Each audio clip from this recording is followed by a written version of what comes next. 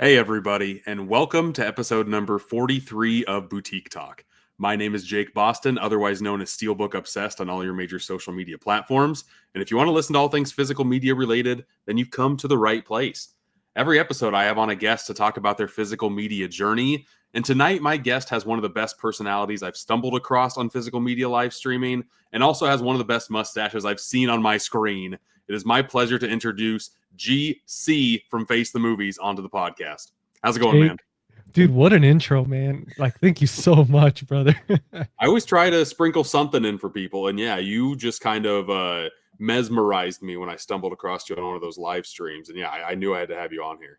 Dude, I appreciate it, man. I mean, you gave me the whole razzle dazzle already. So first I want to say I'm honored because before getting on YouTube, I followed your stuff and everything. And you're one of those guys that's always stuck out to me as one of the coolest, nicest dudes. And to be able to hang out like this, so honored. Very cool. Another reason why I like to do these is because, like, sometimes I will want to talk with people and I'll need a reason to in my mind. So I'm like, hey, I'll invite you on this. Let's deep dive into something. And when you brought up you wanted to talk about Enter the Void, I'm like, yep, this is a match made in heaven. Let's go, bud, because it's been far too long since I've seen this movie.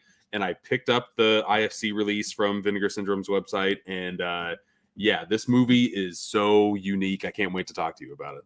Dude, it is phenomenal. I mean, all the way down to the packaging, to the Mm-hmm. film itself. And I mean, you did that intro so much justice, man. I mean, it looked incredible. I felt like for a second the movie was going to start, and I was like, oh man, I just rewatched it. That title card is one of my at least top 10 favorite title cards of all time. I mean, it just gets straight to the point and yeah, messes around none. It's just boom, tries to grab your attention in all the flashes it possibly can. And you kind of sort of know the vibe that at least you're stepping into with the film. Yeah, it's incredible how it really gets your heart racing right away. And I mean, you're just in the intro of the film. Like you haven't even seen a single character, and you're just for a few minutes there, you're just holding on, white knuckling your couch or your seat, and just wondering, like, man, if this is intense, I can only imagine what's going to happen next. Correct. Well, we'll step into the movie review part a little bit later in the Yep. episode, but I always like to start off by talking about just how my guest started collecting physical media in the first place. Do you remember how that journey started on your end? Brother, man, I mean, honestly, this was right now I'm 38 years old, right? And this started for me around when Independence Day came out, like Adam's Family back in the VHS days. Sure. And for me, my first VHS movie that I owned was a McDonald's release, Mm. which most people don't know. And at this day and age, that McDonald's is still VHS movies. I And still have a sealed copy of Back to the Future from McDonald's because it has the McDonald's yo, like wrapper on the back, like just it's still like saran wrapped or whatever, plastic dude, wrapped, and it has the McDonald's stuff on the spine, like in the middle. It's so cool. I love it. see, I didn't know they did that one. For me, I have Wayne's World, I have Ghost, I have Mm, not Independence Day, but I do have Adam's Family, and mhm. that's how it started. It started at a young age, and little by little collecting VHS, and then from there, obviously, when DVDs came out, I mean, it took a bit just because of how expensive it was at the time, but then eventually stumbled into DVDs, and then I got to my 20s and mid 20s, and I kind of took a break. I took a break from collecting physical media. I kept what I had. It wasn't too much of a collection, but then I would say in my late 20s, all of a sudden, I started seeing how affordable Blu-rays were, especially being used like $5, $10. Right. And I just started little by little collecting, kind of got that passion again. I was like, I'm gonna start collecting my favorite films. And then last year in particular, the beginning of last year, it just kind of clicked. And I was like, man, you know what? I finally have the space where I could really start building my collection. And yeah, I was like, you know what? I'm gonna start a YouTube channel, and wasn't expecting anything. I was like, I'm just gonna go and talk about these films and just what they mean to me, and just like how you do it, man. And yeah, that's where I am now. Where last year I just discovered boutique labels, like towards the end of the year and things like Nice. that. And it's been a journey. That was my next question. And what was the title, or what was the reasoning that you found out what a boutique title was? Well, it was because of hackers, actually, because of the Steelbook release. Really? Yeah. Hmm. Yeah, and I was like, huh. I was like, Screen Factory. I was like, what's that? And then I started, obviously watching more videos in the community and just kind of educating myself and realizing that 'cause I did have that fear too last year when I went into collecting. I realized, I was like, "Man, physical media is" if I was one of those, I was like, "Oh, man, I think physical media is dying," especially with all the streaming, everything kinda started clicking together, Hmm. and seeing the community on YouTube and seeing the physical media resurrection where it's like there's so many boutique labels, and they're customizing these releases for us. Like, it's no longer just studios kinda sometimes saying, "Hey, here you go, 2 special features and a trailer or something." It's like they were making booklets, there were photos, posters involved, and yeah, that's where with hackers, I just got right into it, and then I was like, what else is out there?" And then, yeah, it just started kinda spiraling in the best way. Yes, I still have a love of collecting boutique in particular. Like a normal 4K doesn't really do too much to me unless it's like a movie that I Yeah. absolutely love. But it doesn't even matter if I've ever seen some of these movies that boutique labels put out. There's so much excitement in the community that I do get excited. I hop on board with them and I'm like, okay, I cannot wait to watch this movie because I probably would have never watched it if this boutique label did not put it out. Yeah, it's to me, when I discovered boutique labels and then I went region free, it was just a whole other experience for me. I mean, I've been a fan of cinema since I could remember. I mean, back with the camcorders in the '90s, I mean, being a kid, all I ever wanted was that. Like, all I wanted was a camcorder. I just wanted to film everything. It was always a fascination, and then seeing the work and the love that a lot of these boutique labels put into these releases. It's not just a movie, how some people may see it and be like, "Oh, okay, it's a movie," but it's you transcend, you for those hour and a half, 2, 3 hours, you're somewhere else, right? You're taken to another world. Everything around you just kind of vanishes, and you're living a whole other life. And then the love between the special features and again the booklets, and the more you get into what took to make this film for you, you just realize such an appreciation for these people. And I think boutique labels just capture that so perfectly. No, I do too. I guess we can kind of touch onto this. You've brought up books a couple times. I'm not a big book guy. I don't know if that's No, known. No, I like to deep dive into special features like that. That's where I want. If I spend this money, I want to dig in to have goodies on the disc. Booklets, I don't know. I would much rather have a very well put together documentary or video essay as opposed to kind of reading the essays that are inside of these books. I don't. I could probably count on one hand the amount of books I've actually read and all of the hundreds of copies that I have behind me. that's interesting, man. But is it always been that way where you've never been too much of like a reading type of guy, or is it just booklets for films in particular? I just feel like I don't have enough time to That's read. true, Like yeah. with everything that I'm juggling, like to grab a book for an hour sounds crazy to me. You know, It is. so when I watch physical media, I kind of force myself to go through all the special features because people put a lot of love and care into those. So Yeah. I want to make sure that I at least check them out to see what is on there. But yeah, the books, I don't know. It's never been a selling factor for me, and it's interesting to hear out of the woodwork, like some of the guys that you live stream with, that you love your books, and that's a big selling factor for all of you.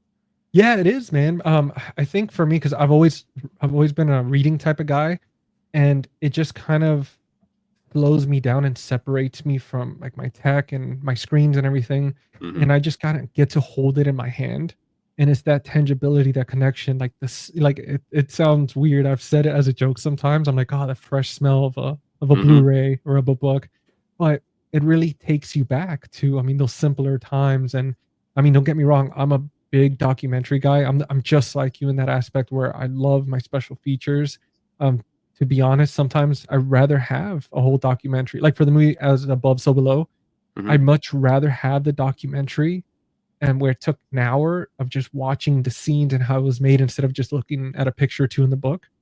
Um, but yeah, it really depends on the film too for me. Like sometimes like you're right, like it doesn't always need the booklet, but then there's some where I really wanna see where the director's head was at and Yeah. yeah. No, my favorite kind of books are when they put like replicas of something from the past in for the book, like Oh, Super yeah. Mario Brothers from Umbrella. When they put out that release, they had the replica like '93 magazine that was a tie-in for the movie, and that stuff I will eat up all day. I will read every ounce of that. But when it comes, I don't know. For me, yeah, special features are the best, and this Enter the Void had a couple of pretty decent ones. I liked the video essay that was on this one.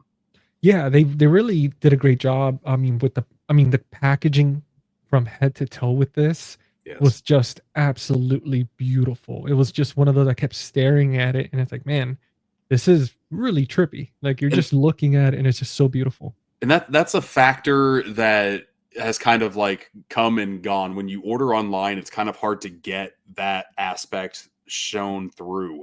I'm a big steelbook guy, and sometimes artwork pops up and it doesn't look that great when you're just looking at it online, but you order it, you get it in person, there's like a sheen, there's gloss pops on there, there's dimension, depth, and it just that's one thing I miss about just going to a retail store, any retail store, and buying physical media that way. You can kind of check it out yourself and then buy it. Now we have no other choice but to buy the majority of our stuff online. And there's a good chunk of time where like I don't even know the heck I'm gonna actually get sent to me. Enter the Void is a perfect example of that. I bought it because it was selling out so quickly, and I knew like I was on the fence because it was like $40 when it released, and it was a Yeah. Blu-ray release. I'm like, do I need this? Like I feel like it's a lot for a Blu-ray, but I liked the movie so much when I initially watched it.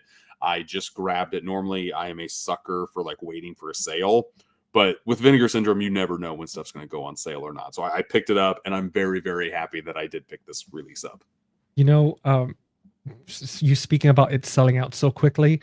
So I was talking to some other guys, and what somebody just mentioned, they're like, "Hey, by the way, Enter the Void, Vinegar Syndrome just released it," and my brain just said, "Wait, what did you just say? Enter the Void?" And I look at it, and immediately it was the fastest like buy I think I've done in quite some time with physical media, and man, like I was telling the guy, I was telling everybody that I could. I was like, listen, I'm telling you right now, this one's a sleeper. I think it's gonna sell out within the next 2 to 3 days. And literally by the second day, it was almost completely sold out. And by the third day, it was gone. And people Right. were having trouble finding it for a bit. And yeah, I was just so happy. And I was happy that some of the people that I know pulled that trigger, especially not even seeing the movie. I was like, trust me, you Mhm. could always resell it if you want. But like Arrow's release is hard to find and their release, I mean, doesn't do justice compared to what Vinegar Syndrome did. Like they did Yeah. phenomenal.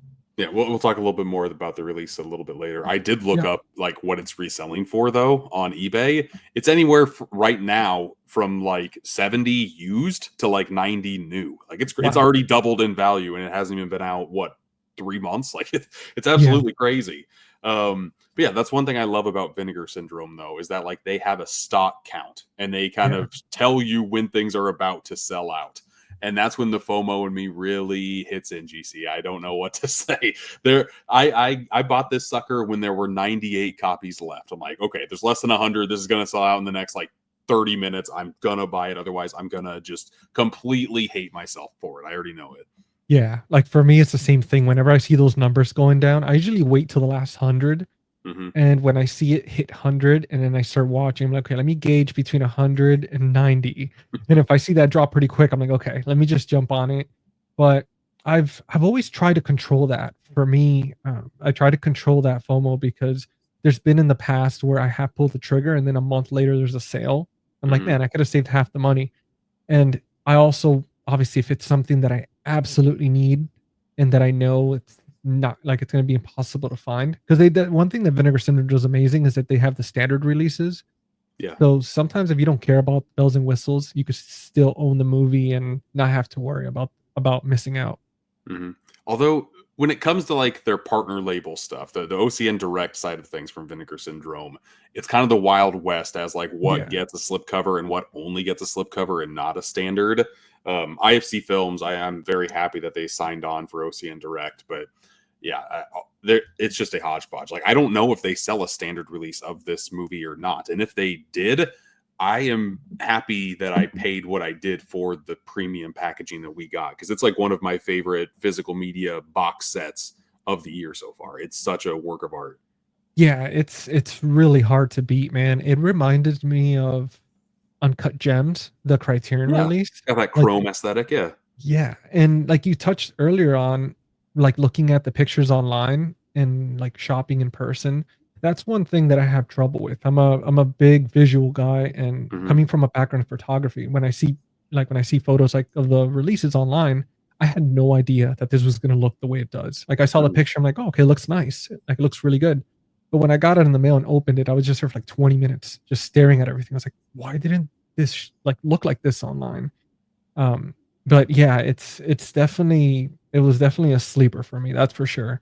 You know what, GC? Can I make you large since you have the better camera than I do? And can you show off the packaging since we're talking about it so much? Absolutely. I'd Let's love to, go man. this way. There we go. Show it off in all its beauty. So there it is. And I mean, Yeah, it's chromed out everywhere. It is so amazing and captures the essence of the movie so well as well. It's crazy. see if it'll get it to focus. Oh, upside down. I mean, yeah, look at that. And again, it's like, it just, even though it looks beautiful there, it just does not do it justice. Mm-hmm. It's And kind then of we, like a sleek case too. It's nice. It's not yeah, it's not rigid at all. I don't know. There's a quality gloss to it on the slipcover and the slipcase that's just amazing. and what's crazy too, it's like one of those Russian nesting dolls. The more you open it, Right. the more it's just like it just keeps giving. It keeps giving. And on the And spine, there's like the slightest bit of embossing on there too. It's just yeah, it's a sensory overload on this thing, man. oh, I wish it would. Oh, wait, there we go. Yeah, it's I'm sort just of yeah. There's a little bit of it on the eyeball and the lettering too on the front cover. It's amazing. I'm trying to be as descriptive as I can for people that aren't watching and are just listening because this thing's crazy. yeah, yeah, that's right. Like, I mean, and it's crazy because I wonder if actually, yeah, if you even if you close your eyes, like you run your fingers on the lettering, and you'd Hmm. probably be able to read that. But then, yeah, then we go to the net to the final form. Obviously, we had the main case, we had the slip, and then we're moving on to the Blu-ray disc case. And man, like here's where it really pops. Like it's just that holographic type material, and it's Yes. just so beautiful. Like it looks so lifelike. And it's even prismatic on the back, on the words and everything. Like you said, with that Uncut Gems Criterion edition, just every ounce of this sucker is popping with color. And that makes so much sense for the movie that Yeah. is housed inside. Yeah, it's incredible. Any angle you put it at, the images immediately change to different tones, different Hmm. colors. And then obviously the booklet, which Yeah. the colors again, they did something phenomenal with this where they each page is a different color. Hmm. And I mean, even when you just open it right off the bat, like it's just this beautiful picture of the main character, and it's just like kind of almost like the silhouette, and you just have all these colors with the title of the film, and then you just go through the pages, and again, it's just It's uh, hypnotizing, man. yeah, it's photos, different colors. It just really, it's just so beautiful to look at. And like even the booklet is shimmering. Like it's a little Yeah, hard to like focus in on. It kind of reminds me of like one of those like magic eye paintings that you kind of look at. That's not yeah. super in focus, but if you look at it long enough, you can see some things, man. Oh, absolutely. I mean, this is something that I mean, you could stare at it and it just even especially the Blu-ray case, like you just really stare at it and those two pictures alone, it's almost like they're playing on like it's hard to describe, but it's almost like they're playing on the case Yeah. just by moving it. But yeah, if you guys get a chance to get your hands on this, I mean, it's just it comes with the director's cut and the American release, but between that, the special features, just the packaging, it's a no-brainer. It's definitely a easy sell. Right. No, 1,000% agree that this is one of my favorite physical media releases of the year so far. And I think we've talked about the packaging side of things. I kind of want to deep Yeah. dive a little bit more into Vinegar Syndrome itself. And before we talk about Vinegar Syndrome, I have to play their title card whenever I talk about Vinegar Syndrome because whenever this pops on screen, I get super excited. So I'm going to play it now. Let's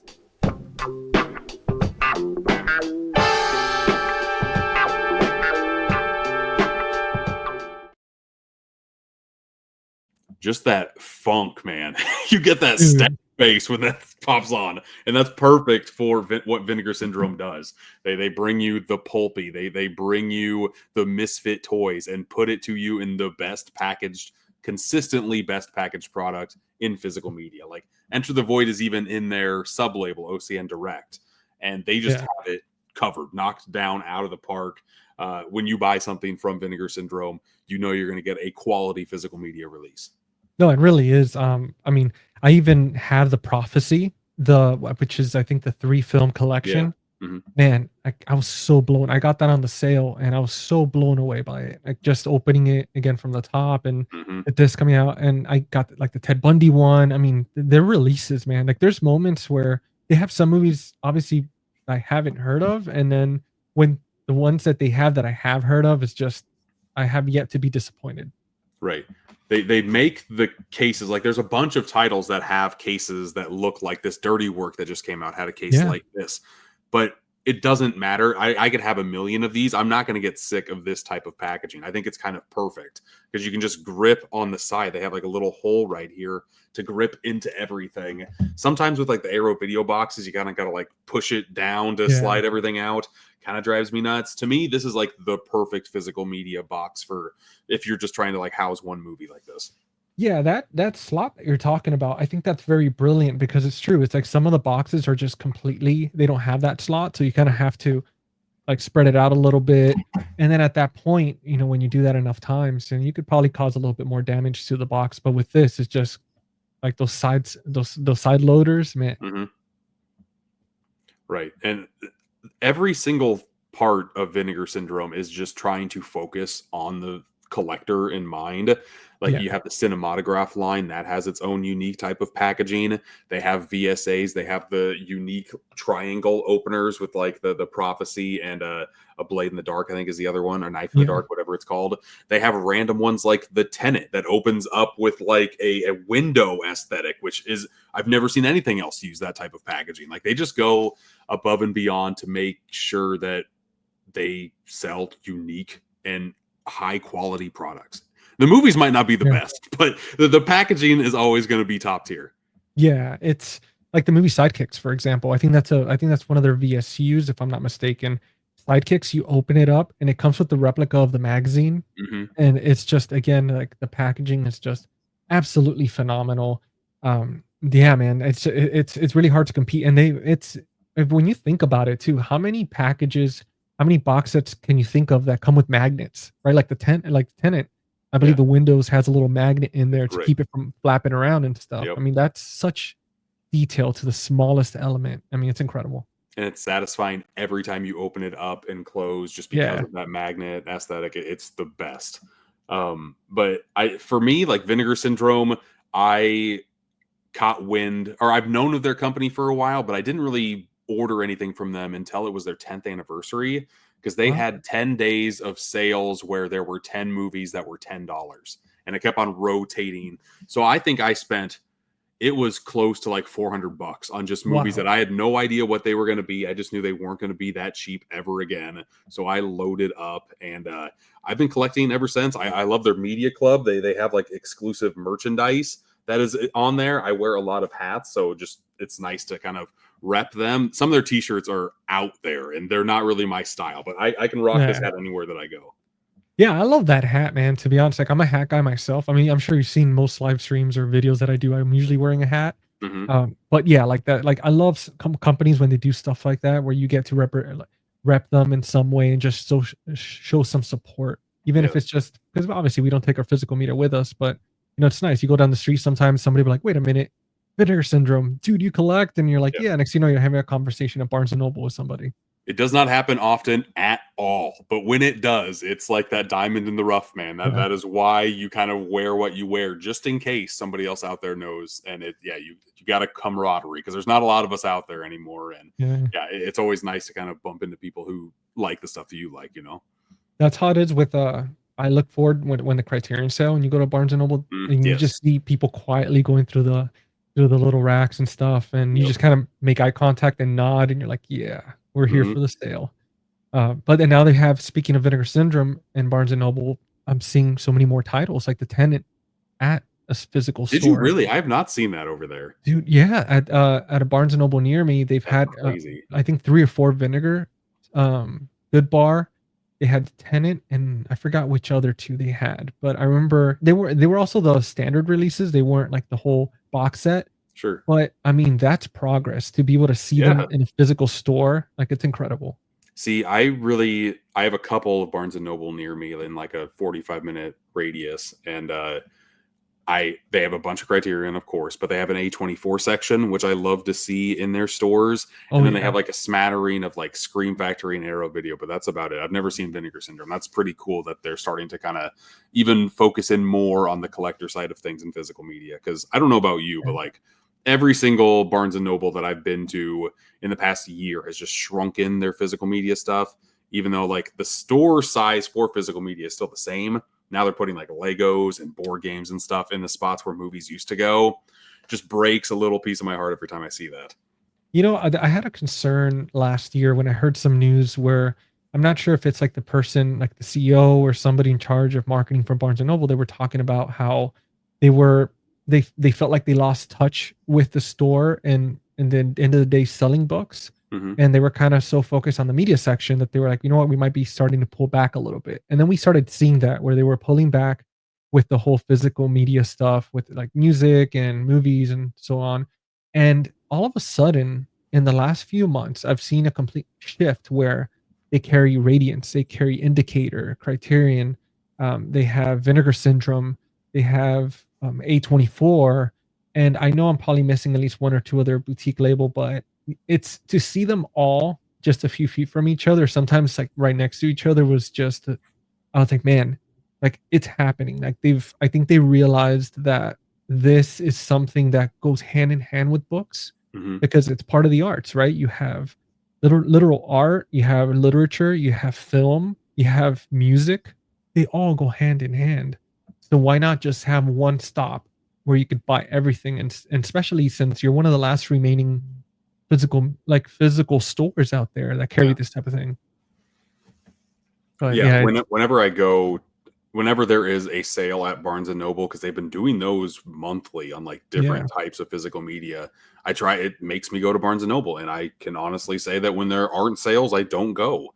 I mean, I go randomly when like my kids want books, but now I go every month with my kids, so they will get a book and I will get a movie, and yeah, I think it's a win-win for them, and I'm hoping that they're seeing it on their end, and that's why they're kind of pushing all of these sales on us this year. Yeah, especially with I think Scream Factory, they're if I'm not mistaken, they're planning on doing a 50% off sale in the near future.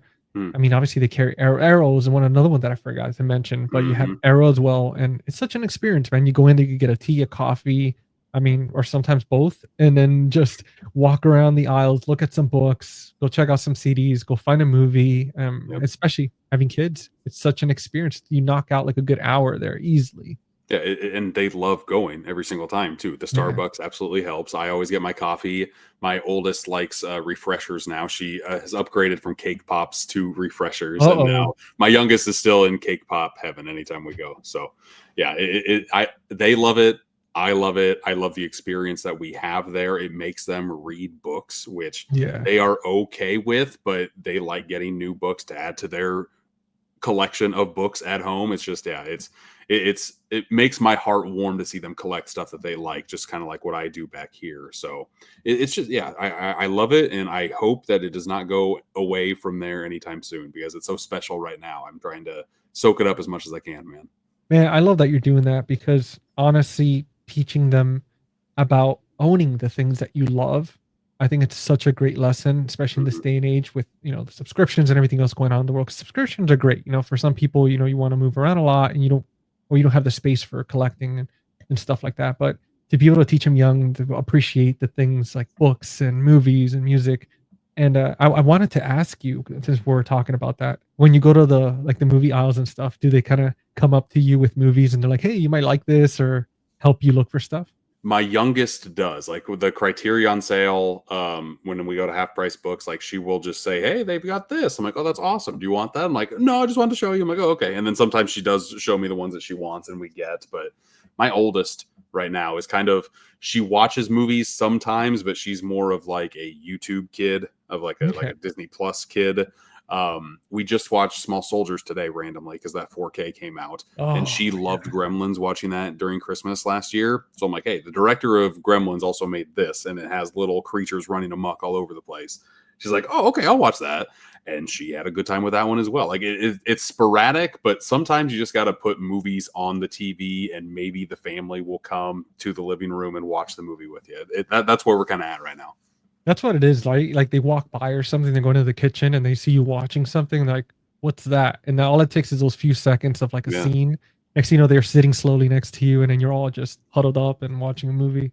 This is a perfect segue because there was a OCN Direct partner label release of Hundreds of Beavers, and I did not grab. Have you heard of that movie?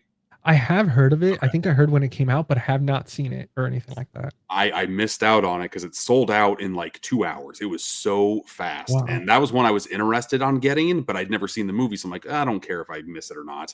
It was streaming somewhere on Prime or something, and I randomly popped that on the living room, not knowing if anybody else would care about this. But that movie is just like a live action black and white Looney Tunes movie for 90 minutes. And my kids were walking in, they're like, "What are you watching?" Like they were judging me at first. And then they sat down and we all just had a good time laughing at what was happening. And now I'm so angry that I don't have that physical media release in my collection because it is selling for hundreds of dollars and I'm not going to Wow. spend that type of money. I'm hoping somebody else re-releases it. You know, I mean, worst case too, I mean, keep an eye on Facebook Marketplace. It's been really good to me. Hmm. I ended up getting the box set of the Dawn of the Dead by Second Sight. Oh dang. And I everywhere I looked, it was just like 200, $300 and even used. And one day I just stumbled on Facebook Marketplace. I'm like, oh my God, it's sealed and brand new. And they're just getting rid of it for this. It's almost close to like the retail price. That's crazy. And man, I bought it. It was like one of those like trust type situations. So like, I'm just Hmm. gonna go for it, see what happens. And when I got it in the mail, I was just, man, this my like everything's my collection is complete. Like, yes, finally Right. got it. No, that's awesome. I have the basic edition of Dawn of the Dead from Second Sight, but even that it's a thick guy and it's got the 5 disc set. It just doesn't Yeah. have like the extra 3 discs or whatever that was in that big box set. But that box set is such that's one of the holy grail pieces. If I ever come across it at a reasonable price, for sure, Yeah. I will pick it up without any hesitation. And that's really the only reason you would, right? It's because the thing is with the big box, I mean, you still, which is great, you still have all the like the cuts. Yeah. And then it's just really missing the 2 books. But I Hmm. mean, that's the thing too. If you don't like care too much about that, then you still have that collection, which is fantastic because you can watch any version and still get the special features and everything, Right. which is amazing. Yeah, and that's all I really care about normally. Like for we're not talking about Second Sight, but Second Sight, I am a okay just getting their standard editions because all Yeah. I care about are their transfers and their special features because they are top tier at both of those. Yeah. But sometimes the right release comes around and like I need to upgrade to that big beefy box set, even if I don't want to like read the stuff inside of it. Just the boxes that they have are so freaking nice. Like the Yeah. Nice Guys, I knew I needed that big edition because I love that movie so much. Yeah, man. I mean, it's a no-brainer, and that's one thing that I love about Vinegar Syndrome is like a lot of their releases. I know I think the Dark Half, for example, the Stephen King movie, Yep. looked phenomenal, man. And even though so many of these companies have their own releases, they'll get. I mean, they swap out licenses. We all know that, so they all take turns sometimes releasing stuff. But yeah, like sometimes you have companies like Vinegar Syndrome where they do it right that first time, and then you just there is no need to go anywhere else. Like Mhm. they did it, and it's fantastic. Or there are movies like Roadhouse to where like it was on sale or it was in Yeah. stock for the longest time from Vinegar Syndrome. I never got it because I never watched it. I finally picked up the UK 4K from Arrow and I fell in love with that freaking movie. And now I'm Wow. like, okay, this is a great transfer and everything. But that box set from Vinegar Syndrome, my God, that is like the definitive edition to buy and have because it's perfect. It's a perfect release for that movie. You know, they're very artsy. That's the thing with Vinegar Syndrome, right? Where you could put their stuff on their shelves, on your shelf, and even because you know normally we load stuff like going straight in, right? So you don't see Mhm. the packaging in the front. But with their stuff, I feel like you could. It's almost like you could put the box in a frame, and like especially something like again like Enter the Void, you could just kind of put this in some frame or something Yeah. and have it on Yeah. the wall, and it's Mhm. just like an art piece. Right. Um, so this release was done by IFC Films, which is a partner sub label in OCN Direct. Have Yeah. you really dipped your toes a lot into that OCN side of things from Vinegar Syndrome? And if you have, what are some of your favorite like sub labels that are in there? I haven't really. I mean, my Vinegar Syndrome collection, it's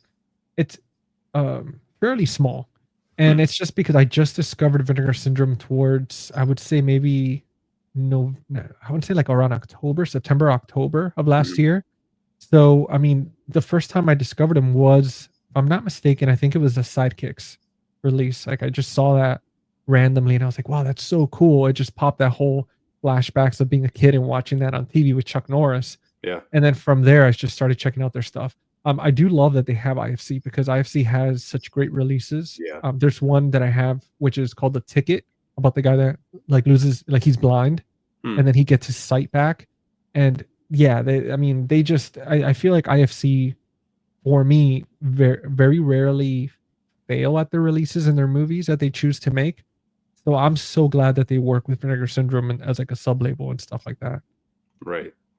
I think I like collecting for OCN more than I like collecting for Vinegar Syndrome, just because the titles that you get to choose Yeah. from are usually better quality than you get from Vinegar Syndrome. I can get kind of burned out on Vinegar Syndrome specific titles, but OCN has so much variety. Like they used to have Deaf Crocodile before they kind of went into their own way. They used to have Yeah. Terror Vision before they went to their own way. But Alternate Innocence is one that released Irreversible on Wow. Blu-ray, Yeah. and this release is I recently watched this with my wife for the first time last week, and just to kind of get in the Gaspar Noé, state of mind. And Jesus, like I'm so happy I own this in the collection. It's a phenomenal release, but again, Vinegar Syndrome, so it has an amazing slipcover. Like their slipcovers are the best in the game, and all of these little companies that probably wouldn't do that well if not had the spotlight shined on them through Vinegar Syndrome have the amazing releases physical media wise because of Vinegar Syndrome. They just kind of I don't know, they shine, and I love collecting. Shutter is a sub label. ETR Media is one I've loved for a long time that like focuses on making of documentaries of like video games and stuff, and I'm just such a sucker for that type of stuff. Like Yeah. OCN goes into the super duper niche, not just in like the horror realm like Vinegar Syndrome mostly does, but you get a little bit of everything in OCN Direct, and I love that. I love that so much. And I appreciate the fact that Vinegar Syndrome, they just kind of they open the spotlight for all these small companies, Mm-hmm. because in the end of the day, they're not just sitting there saying, I want to be the best and I just want to take over everything and just rule everything. Like I want to give opportunity for other companies to do their releases as well and just kind of grow as a community and keep physical media alive. And man, it's so appreciated by them. I I that's one thing that it really pulled me into the company, the fact that they do that and they share the stage, because I mean, everybody could profit off of that, right? Like I understand the other day is a business, but the fact that they just do more than just, I'm just gonna sell you something. Like let's give everybody else a chance. It's so great. And just speaking of Deaf Crocodile, that's, I mean, that's where they got the start with Vinegar Syndrome, and then they Yeah. did their own thing, and they've been having great success with a lot of their releases. I just picked up my first and only Deaf Crocodile title. I think it's a Tragedy of Man, I have which that is like one. an Yeah. Mm-hmm. animation.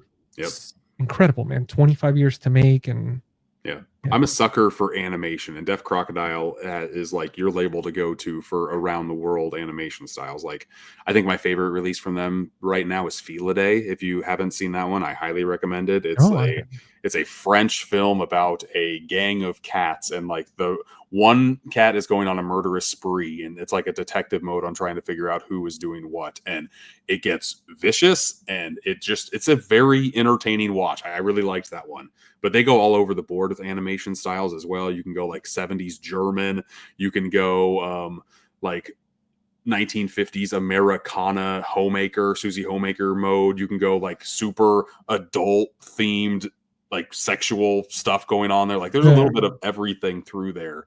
And yeah, I think they've flourished more since they've gone away from Vinegar Syndrome, just with their box sets that they put out and the price that they sell those at. Like they are in a niche marketplace, and they are just like doing everything perfectly right now, in my opinion. Yeah, I think that like sometimes that's what happens, right? Where they kind of came in, they got that opportunity, they got some eyes on them, and then more people were able to get that experience, and with obviously more customers and stuff like that, they were Mhm. able to build enough to be like, okay, we could do things on our own now and kind of manage more of the packaging our way and stuff like that.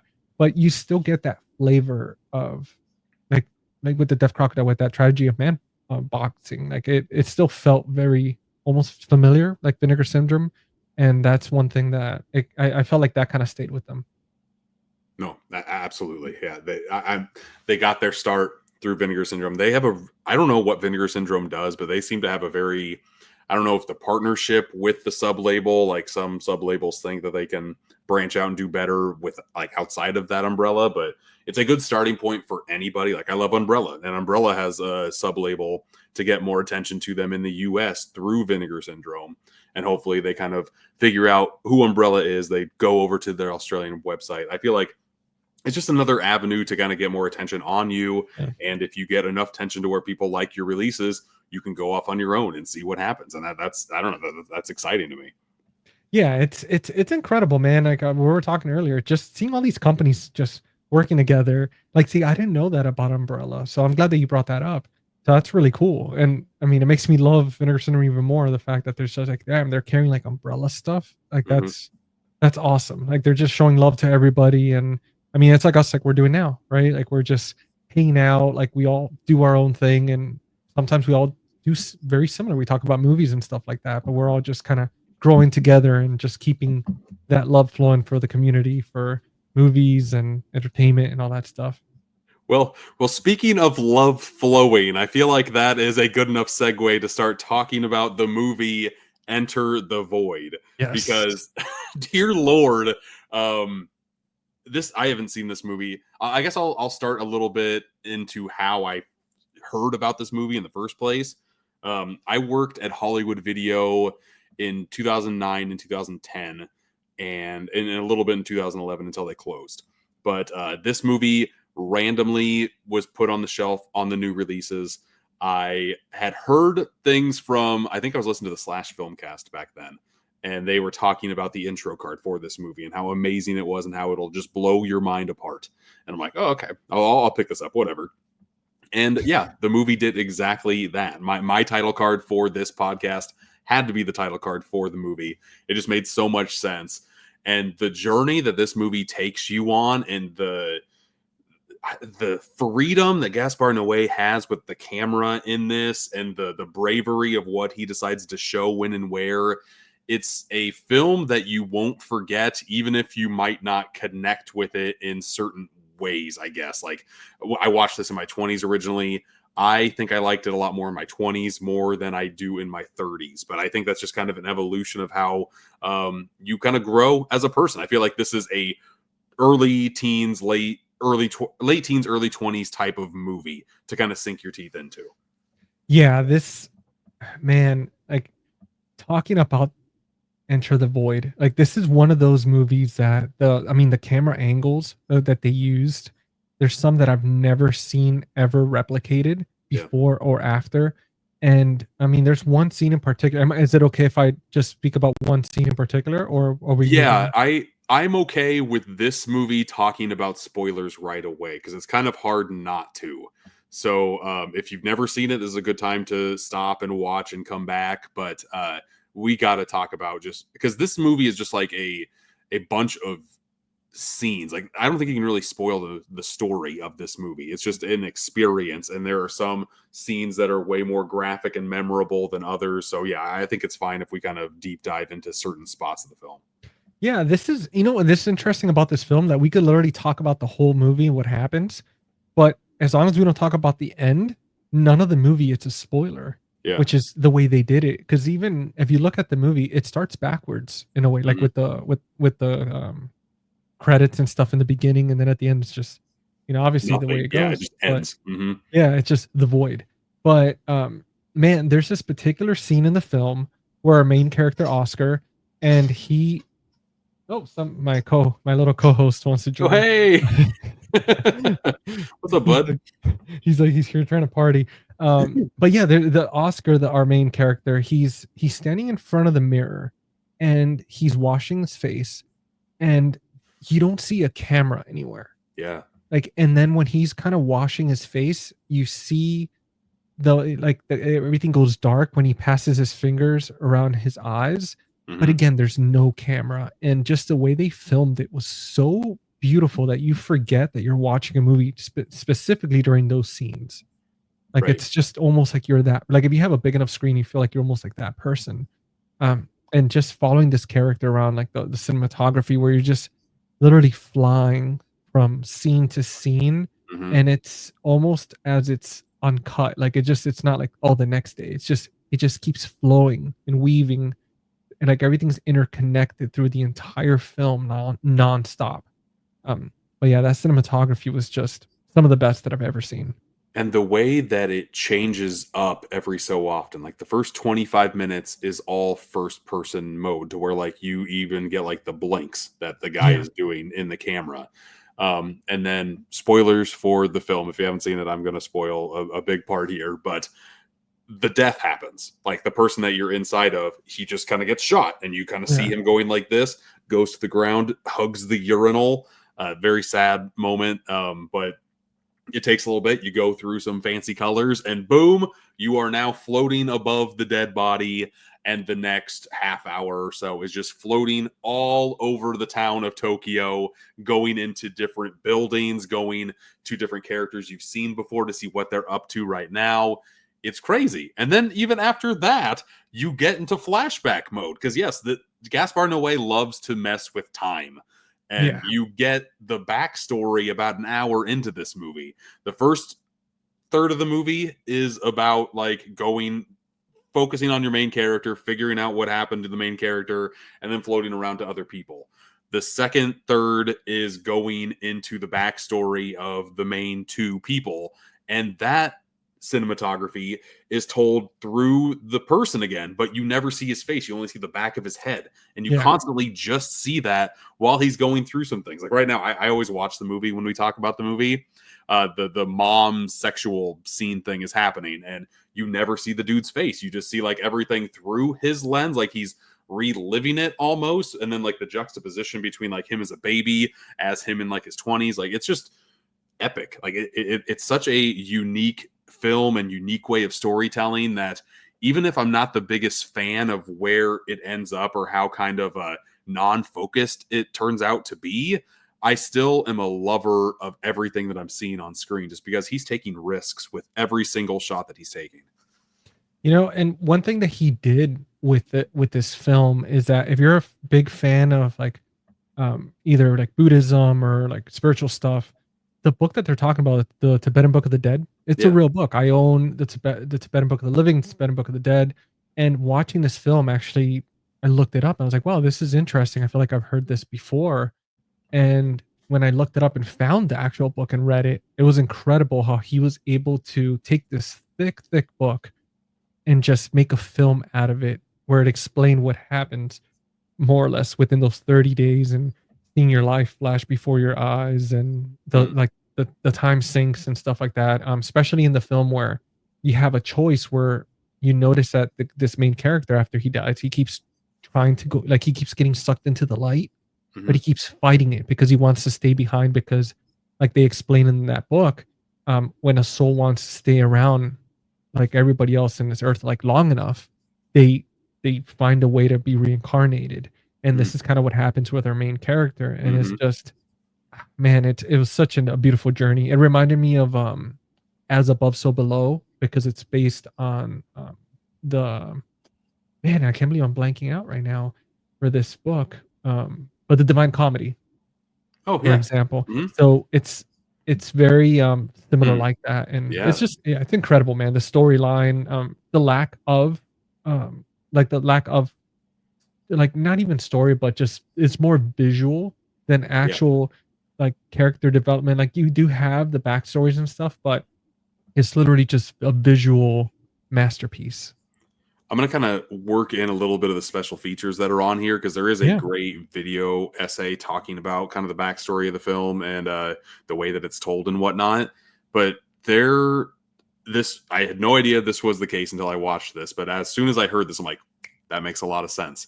The movie was storyboarded like crazy. So the camera movements, like everybody was like, they knew what was going to happen, but there was not a lot of, like, the script was very thin on dialogue. They kind of just let Yeah. them adverb anything that they wanted to.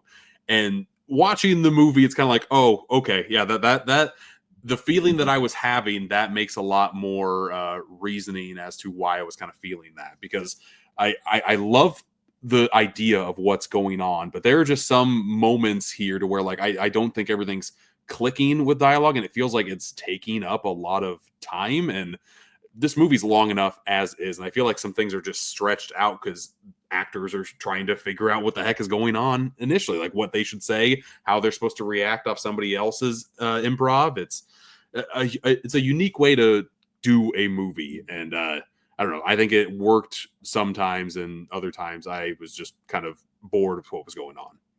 Yeah, there was some times where, especially watching the director's cut. I mean, obviously, I think you have like an extra 15, 20 minutes, and Yeah.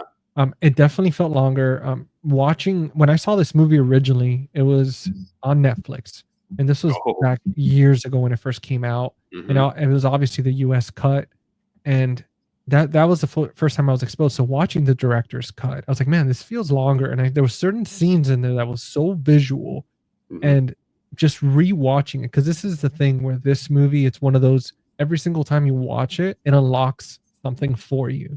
So, I mean, I think for me, I'd probably have to watch it like another 2 or 3 times before I finally am able to grasp everything, because there's so much cinematography going on that it's really hard to focus on one place, because it'll leave you in one place for a few seconds, takes you Hmm. somewhere else. And it's just there's moments that it's hard to just kinda digest it, and then there's moments like you're saying where it drags on a little too much, like with the light play and stuff like that. Well, that's interesting because I did pop in the director's cut for my watch this go around, but the first time Mhm. I don't think there was a director's cut on the Blu-ray that I rented. It was just the theatrical cut. So I'm curious if I go back and watch the theatrical cut, if it'll be like a more focused, polished experience as opposed to just like cramming in everything that the director kind of thought that he wanted you to see, or like spent time to make sure that it was crafted to his vision. Sometimes it's great to have a director's cut, and sometimes it's great to have a committee on file to make the best movie possible. Yeah. So, yeah, the extra 20 minutes I definitely felt, and I didn't really think about that until we were just talking about it. Yeah, I felt it alright, 'cause I was kinda getting tired, and I was like, "Man, I wanna get to the end." I've already seen it, but I wanna get there and, like, just and then after I get to the end, I'm just kind of awake, just sitting there. I'm like, "Man, like, what the hell?" Like, Hmm. this is one of those movies where it really like, it kinda stays with you. I know for me, like, just watching it, like, throughout the day today, I was just thinking about it, because it has such a powerful message with so little words. Hmm. And, it really I think at the end of it, it almost gives you hope, but it also, it kinda really helps you appreciate a lot of what you have. And it reminds me of the movie with, dang, I can't believe I'm spacing out on this one. I'll come back to it. I'll come back to it, and I'll tell you Yeah. which one it is. Well, But watching this movie reminded me of a movie that came out this year. Have you oh, seen Presence from Steven Soderbergh? no, I have not, but I've Okay. been dying to watch it. I've heard it was very interesting. I guess I don't want to spoil the main point if you haven't seen it yet, but the camera movements in that movie are very reminiscent of the um the floating camera movements that are in this movie, where it's just like the spirit kind of floating all over the place. Yeah. Imagine that, but just stuck in a house. That's kind of what Ooh, Presence does, and that I feel like what Presence was able to unlock with its like clear narrative, and it knew kind of what it was doing. I thought it did a heck of a lot better job kind of getting the point across than Enter the Void did. And if you liked this movie and like the free camera movements and whatnot, I think you should check out Presence, because I think right now it's my favorite movie that's come out this year. Like, that movie has not left my mind since I've seen it. Kind of I'm similar gonna to Enter the Void. I'm gonna check that out. Yeah, because if it has that type of free movement, I mean, I'm all for it. Yeah, Always I think open it's to streaming on Hulu right now, just in case you are. Yeah, I'm that's how I watched it. if So, I'm watching it tonight. If it's on Hulu, I'm yeah. watching it tonight, man. I'm glad that you brought that up. Mhm. And I did remember the film. So this movie, Enter the Void, it reminded me of Requiem for a Dream, Oh yeah, can't but forget that movie either, man. no, but besides the because this movie leaves you with hope, and then obviously Requiem for a Dream leaves you with despair, but it reminded me of a more toned down version of it. Mm, Just with everything that happens, especially with the whole with his sister, and like how everything starts good and it starts escalating into getting worse and worse for everybody involved. mhm. Um, but yeah, that's one that I wanted to let out. I was like, man, I need to remember this. Have you dug deep into Gaspar Noé's filmography? Have you seen a lot of his work? I have not. I think this is probably the only film of his that I've seen, and I was recommended another one, which, I need to check out as well, but yeah, this was, like, the only one that I think I've seen so far. I showed off Irreversible a little bit Yeah. earlier. I got to put my finger here because there's some ooh la la content Okay. on the cover. But I think Irreversible to me had more of a lasting impact than Enter the Void, just because this movie's so all over the place. It's telling something so I don't know, otherworldly. Yeah. Irreversible kind of tells the story of the worst day of your life in reverse. And Wow. to me, like there's also floating camera movements in Irreversible, and sometimes you wish that they would stop moving. And then there's a specific scene in Irreversible where the camera never moves, and you're like, God damn it, why isn't this camera moving anymore? Like that was such a like tug and pull watch experience for me. That's one I won't soon forget. He also I've seen Love and I've seen Climax from Gaspar Noé. He is such a unique voice in the director's chair, and I will go see anything of his. I need to go back and check out some of his previous movies as well. But yeah, if you liked this, I would kind of do a deeper dive into the man, because he definitely has a very specific voice, and I really enjoy the voice, even if I might not enjoy the content that Yeah. it kind of has inside of that voice. You know, he's I mean, just from Enter the Void, like this guy is as real as it gets. Like he does not hold back any punches. Like, some of these scenes in this movie, Enter the Void, there's one in particular at the doctor's office. I was not expecting that. Like literally Oh as the yeah. camera, you know which one I'm Hmm. talking about, as the Yep. camera pans over, I'm like, what am I watching right now? And Yep. then it's so real. Like the way he filmed things, especially certain ooh la la scenes Hmm. that were so that I didn't even look this up yet, but I was wondering to myself, were these people really doing the things they were doing with each other? Like, was this legit or was this acting? Because I mean, it was the camera. I mean, it was showing so much that it was kind of hard to tell the difference. And even though Hmm. obviously there's movie magic, but I mean, man, like this guy was just he does not hold back anything. And what do you think in Enter the Void? There's 20, 30 minutes of ooh la la content. There is so much of that Yeah, happening in this movie. Like, that is by far a big subject matter to discuss about this film, just because that is what is happening through a lot of it. That is the literal climax of the movie. There is a literal vagina POV shot in here. yeah, It's just like, oh my God. Okay. No, he does not hold back whatsoever, kind of showing the start of life and the end of life as well, multiple different ways and variations of that. It's I, it's something unique, and I feel like I'm a broken record saying that, but there's not a lot that you can say that describes what Gaspar Noé does. He just does not hold back. yeah. And he captured the human element so well with this film because one of the things, I mean, not one, but so many things that he portrays in this film. I mean, you have lust, right? You have love, you have Mhm. greed, you have envy. It's just everything and anything that kind of captures the human, the way humans are, the human spirit, so to speak. Like it's he put that out there, and it's such a roller coaster. I mean, Yeah. experiencing that, whether it's like in the beginning, there's like sadness, right? There's this sadness, despair, and then there's moments of hope, and then there's moments of love and redemption, and then there's moments of like, oh man, like it's like there you don't come back from this, but then you do, but then this changes, and then it's like, is this real? Um, Especially the scene where she had that nightmare.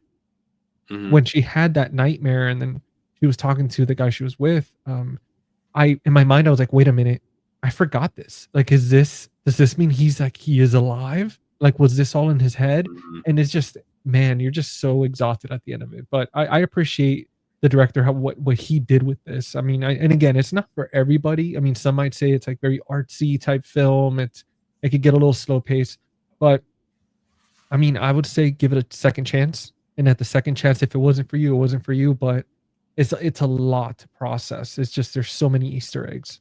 The perfect example or analogy that I have for this, it's like you're on a drug trip while you're watching this Yeah. movie. And some people might want the drug trip to stop before it actually stops, but Yeah. you're in it for the long haul, whether you want to be or not. Yeah, with the way he captured those moments too. It's like, I wonder what type of research went into that to try to make it as specific as possible, because there was so many different type of drugs that they were talking about in that film. Hmm. And you see the actors, I mean, if they were kind of doing their own thing and a little bit off script, I mean, they pretty much nailed that. Like the way they were acting with it, there was times that they were intoxicated, or they took a pill from this or that. It's like, man, they did a fantastic job. Hmm. The one of the nitpicks that I had on picking this release up in the first place was the price tag for a Blu-ray. I'm like, I'm Yeah, assuming this movie might get a 4K in the future, but after doing more research, I've heard that and especially watching it again, like the way that they filmed this movie, I don't think 4K is going to do anything for it, just because there are multiple scenes that are not in the best resolution, and he did yeah. that on purpose. So I think this is going to be the definitive edition of this movie. And I a movie like this, there's certain movies obviously why they 4K does justice for them. But a movie like this, I mean, sometimes there's like very gritty type scenes. I think it makes it more it just makes it more real. You Well, don't always need perfect resolution for certain films. when I think about this film, though, I think Yeah. about the huge flashing colors and whatnot. Yeah. Like, I want those to pop as much as humanly possible. But then you Yeah. get to like certain club scenes to where it is like there are pops of red and whatnot, but you can see like the grain on screen here just because of the way that he had to film to kind of capture the image that he had in his head. So I really don't think there's going to be a 4K of this movie anytime soon. I don't think that the majority of the film really needs a 4K transfer. Yeah. And yeah, I don't know. This movie is wild. This movie's a trip. I One thing we really haven't talked about is like the kid aspect of it, like the brother sister relationship in this Yeah. movie. Um, a little bit all over the place, but like their relationship went through so much that it's kind of hard to judge what is going on here too. Yeah. Like the kid stuff in this like broke me. Like the two kid actors in this movie, phenomenal. I enjoyed and understood and felt everything that they were going through. I think that the kids, well, before I jump into that, I do want to say I agree with you about not like that this I think there's a big chance it's not going to get that 4K. Yeah. But one way around it is if you have a Blu-ray player that upscales to 4K. Hmm. I mean, that's what I did, and man, those That's what I have colors, too. Yeah. yeah, were incredible. But as far as for the dynamic for the brother and sister, man, those kids, the kid actors like stole the show. Like to me, Hmm. whenever they were on that screen and when they were crying, especially in the car Yeah. scene where the Hmm. little girl's screaming, Hmm. man, like I felt it. And I don't have kids, but I just at that moment I was like, man, that's so heartbreaking. When the girl is being pulled away from Yeah, her brother when she has nobody else, like that was, oh my god, like that yeah, got me so hard. yeah. I And the just elevator. couldn't imagine. I couldn't imagine. It was at that scene where he's just kinda standing there and she's like, "Help me, Oscar, help me," like, Hmm. I mean, man, and, so that the whole chemistry between them, right? When you start when she goes to Tokyo and all that, when they're all grown up and she goes to stay with him, and you kinda see her being affectionate with him when they're at I think it was like a carnival, the fair, Yeah. and the way she's just being affectionate, giving him kisses in a certain way where it's not very brotherly and sisterly. No. Um, I took it as because they were separated so young and they completely had separate lives, Hmm. I think that's why they didn't have that seeing each other as brother and sister because of, and also that trauma that they had was so, Yeah. I guess it was kind of trauma bonding. But They're that's the kind of, only thing that they have in each other's life, and yeah, like they're the only constant, and there's a sense of camaraderie there and emotions. Like they haven't seen each other in a long time, they kind of come back together in each other's lives, and there's just a lot of weird kept up feelings, bottled up yeah, feelings, and they don't know what to do. Like they're 18, 19 years old in this. Like they don't know what emotions they should be feeling at the moment. yeah, The thing that got me was like when the ghost is floating around and then he goes into the guy who is having sex with her sister or his sister. That I'm still weirded out by that, but yeah.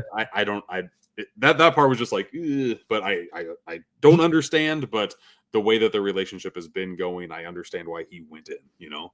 I think too, I think the reason he was doing that was because he was trying to come back. Like, he was Mhm. trying to figure out, because you see him doing that a lot with certain characters, where he tries to go through them, Hmm. And one thing that he learned, it's about obviously being reincarnated, reborn from the Tibetan Book of the Dead. So I think that's what he was doing when he was being intimate with her. Like he kind of waited for that moment towards the end of it where he kind of went into his body, just kind of figuring maybe he could be reborn again through their baby or something. Um, but yeah, that's the way I took some of those scenes. But again, it was just after watching the second time that I was like, huh, okay. That's because at first I was like, yeah, this is weird. Like, why does he Hmm. keep doing this? That's your sister. Yeah, and the first time, like I said, I watched this first time in my 20s, and now I'm in my mid 30s. Like I don't know. I feel like just the amount of film knowledge that I have now, and the amount of just experience that I have Yeah. as a person, definitely changed my outlook on this movie a tad bit. It's kind of hard. That's why I love the medium of movies, is just because it does that. Like there might be some movies that you watch and love, and then you don't love. There might be some movies that you absolutely despise that you fall in love with the older you get. Like to me, like I cannot wait to watch this movie in my 40s and 50s. Like this is going to be a constant on the shelf that I will pop in every so often just to see like how I respond to it this time. Yeah. I think films serve as a marker for reminding us of how much we've grown. Because with like you mentioned, I mean, me seeing this film, I think I was my late 20s when I think I'm either like I don't know if it was mid to late 20s when I saw it, and then now being in my late 30s, almost 40, like it's just I took a whole new I took a whole new growth from it. I was like, man, this is it definitely I got more of the spiritual side of it, especially how not everything's permanent, appreciating more what we have, Hmm. and then the art side of it compared to being younger and just be more like I want to watch more explosions and more this and that in film. So it was definitely a reminder of like how much growth there's been. Absolutely. And this kind of movie is just like the evolution of a person as well. And like Yeah. going from even like one body to the next and the whole reincarnation side of things at the very end. Like I feel like that's a good cherry on top to kind of talk or stop talking about Enter the Void, unless you have any closing thoughts on it. No, yeah, I think the closing thoughts are how at the end of the day with this film, the message was that just life continues. Hmm. And I mean, you see Always. that from the beginning of the film till the end, where it just leaves it at everything is okay. Like there was lessons learned and everything is okay. And everything worked out for almost everybody. Hmm. So yeah, I think that's my closing. I highly recommend it. Packaging, film, like just get out there and watch it. Support Vinegar Syndrome. They're doing amazing things. And yeah, Yeah, aftermarket wise, like 70 to 90 bucks. I don't know what this is going to. I feel like it's just going to keep on increasing because I yeah, really, unless somebody else puts out another Blu-ray release of this, but if you can track down the Arrow video version, if you think you want this in your life, if you can find this movie streaming, I feel like as long as you are able to watch this movie in some way, any shape, I think you are going to have at least a good conversation to talk about this movie with, and it'll be a film that you won't soon forget. That's for dang sure. yeah. And I'm looking now, just to see if there's any possibility to even get a. And you could get a standard Blu-ray. They do have the full-length director's cut. So, I Oh, mean, nice. you'd be spending like $20 or between 20 and $30 on Amazon.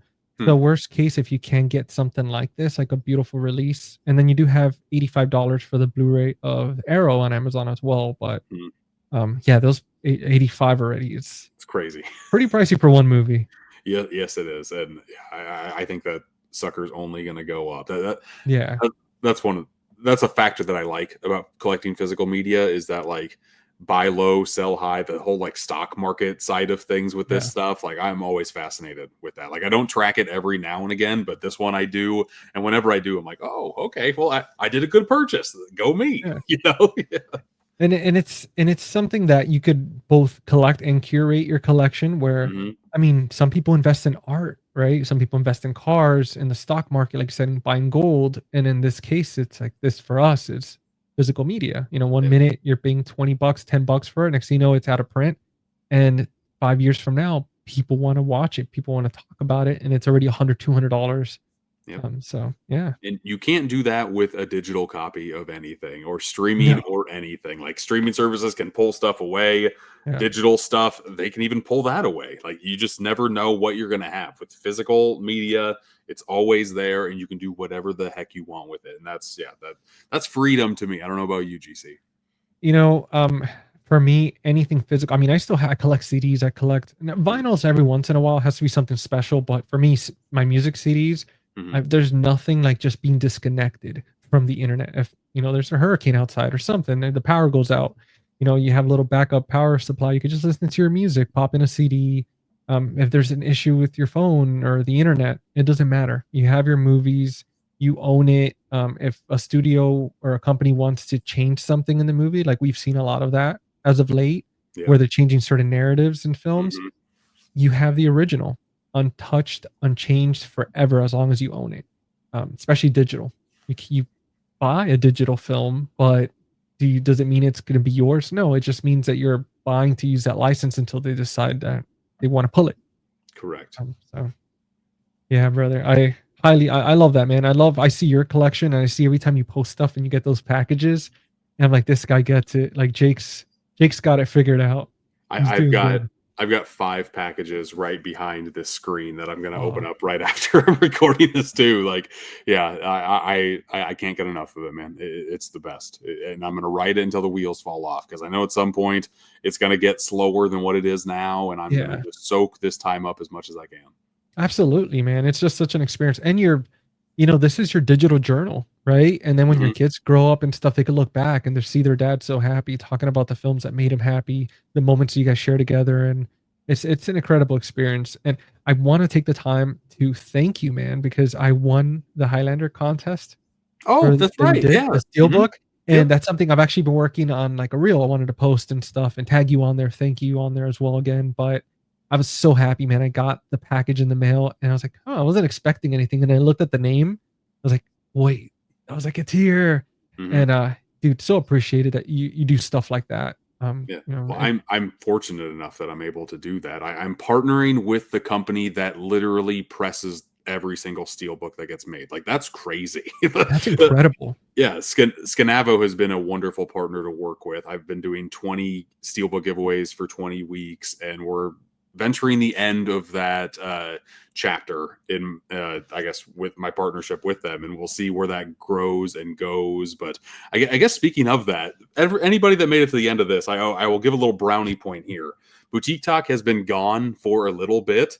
I guess a long bit actually, but it's gonna come back on YouTube, but it's also going to come back on physical media, which I can't say anything else about. But What? there will be episodes, exclusive episodes on physical media releases. I've recorded 2 already, and it's pretty surreal. When I can talk Dude, about them, I will talk about them. But if you like this type of stuff, just make sure you're following me on socials because I will promote the crap out of it because I'm very happy with what I was able to kind of curate. Like the boutique talk, everything is there. It's such a full circle moment for me. that is so incredible, man, to be able to have something like this that you've created on something tangible where It's it's just gonna that's awesome. I'm pretty sure too once, whatever, physical media you receive with what you've created on there, like, I'm mhm. sure it's gonna be one of those moments where you're just staring at it and like, "Wow, it's like your new baby." It's gonna be a surreal moment. Like it's already surreal that it happened and it's Yeah, set in stone that it's gonna be released. It's just it hasn't been announced anywhere, so I just have to sit on my hands like I can't talk about what I did. yeah. But when it does, I will be gushing. I will be gushing just like I had my 3rd kid. So Dude, yeah. it goes to show, man, when you have genuine love and passion for something and you just put in the work, like, things just happen, right? Mhm. I mean, especially like the word luck, right? The definition, which is just being prepared and an opportunity. And once you have those 2 things, I mean, sky's the limit. And even then, I mean, Absolutely. there's no real limits. And it goes to show that you never know who is watching the stuff you're putting out there. Like Dude, yeah. that's a little tidbit I will sprinkle just because yeah, I was shocked with the amount of or the specific people who kind of were interested in what I was doing. So I guess I'll just leave it at that. You But never know, I man. know Like, it's nuts. I wonder sometimes myself, like obviously I have no near at all like the following that you have, and what like the following that I do have, I just wonder sometimes like who's watching like this like these videos, and like what are they thinking about? Like like I wonder if they're like, oh, this just guy rambling, or are they generally like, oh, okay, cool. Like are they getting anything from it? And that's cool, man. Like I love that. Like I love your stuff. I think whenever one of your videos comes up, especially like reels and stuff like that, it's just it, and I think we've said this, we've talked about it with the guys on live streams before, Hmm. and I think you were on one of them at one point because I remember you commenting. But long story long, it's like we talked about how whenever we saw any of your stuff, it's just an immediate smile. It's like seeing a friend, and it's just so you could be having a bad day, you pop on one of your reels or one of your videos, and it's like this guy just makes you feel good all the time. Like That's there's never been a time where I'm like Jake. It's like, oh, there he is. Like, That's what what's I he got try to going do. on? I just try to be a constant positive support in the Yeah. community. Like there's a lot of people that kind of like go into the negatives of things that are happening. I try not to do that at Yeah. all. I just yeah, if you like physical media, come to my page. I'll have some things to say and things to show off. So yeah, thank you for saying the nice words that you did. I guess I should try to flip around and say, is there anything that you want to plug before we get out of here, man? Um, I think just a few small things. Right now I have scheduled for Tuesday at 9 p.m. Eastern time. I'm doing a Criterion roundtable, which Jake, I that's one thing I wanted to have you on there. Mhm. But I know you're gonna be out this coming week and Yeah. stuff. I'm on Um, vacation. What I'm trying not I'm trying to backlog a lot of things to put out yeah. to where like it doesn't seem like I'm gone, but I'm gonna try to do a whole lot of nothing. A whole lot of lake time is what my goal is for sure.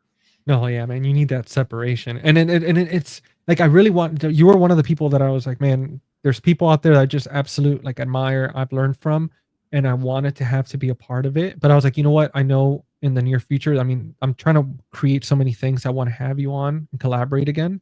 Absolutely. But I do have that Criterion Roundtable Tuesday at 9 p.m. I'm gonna have about 7 other creators on there, and we're just gonna sit there, talk about the label, talk about everything they've done for the community, talk about just the preservation of cinema, some of our favorite releases Hmm. to date. And then Wednesday, I'm doing a Cinema Rewind episode talking about The Descent. So I'm doing that with Nice. Steven and Jordan and Tales from the Shelf. And then yeah, man, just kind of pumping stuff out. I think the that broadcast, I'm doing something with them on Thursday for their podcast. But yeah, just check out my channel. I'm on Instagram. I'm on YouTube at Face the Movies. And if you go to Spotify or Apple Podcast, I do have one called Friday Night Fright Night.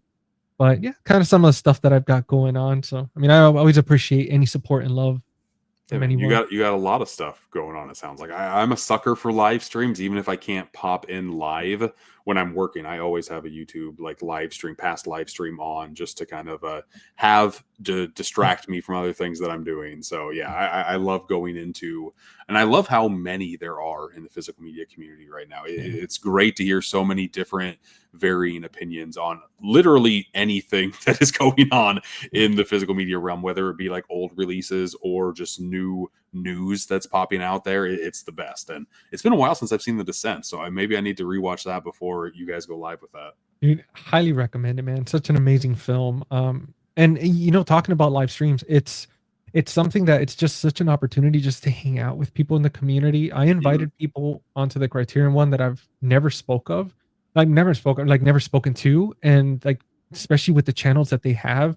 And I'm like, I doubt they would probably either see my message or want to do something like this, Mhm. but I'm just gonna ask anyway. And the fact that they're like, that sounds awesome, I'm down, it was just like cool. Like it goes to show that when we all share this passion, we could all just collaborate and just hang out and get to know each other than just the movies themselves. It's just more to that.